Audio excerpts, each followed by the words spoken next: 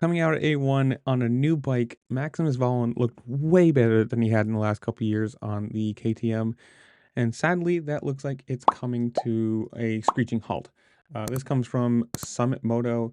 That photo right there of Maximus Vohland laying on the ground, and from what you can find or what the rumor is, however you want to say it seems to be a leg injury, possibly a hip or femur, depends on who you're looking. Uh, but it sucks because he looked first round A1, finished fifth, looked way better than he ever had.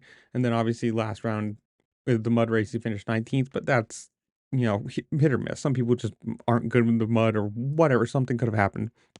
And it sucks. You never see somebody or never want to see somebody young like this getting an injury like that, especially on a new team, looking good, looking like they're making progress. And then, there goes a whole season, especially if you're going to have to rehab from that probably most of your motocross season too. And who knows? But you guys tell me. Round three, going to be another mutter maybe. Comment down below who you think's going to win. Obviously, it's again, hit or miss thing. You never know. Somebody could have a really good night. Somebody could fall once and then have a really bad night. But in the comments below, you guys tell me who you think's going to win. Whatever you want, 450, 250s, anything.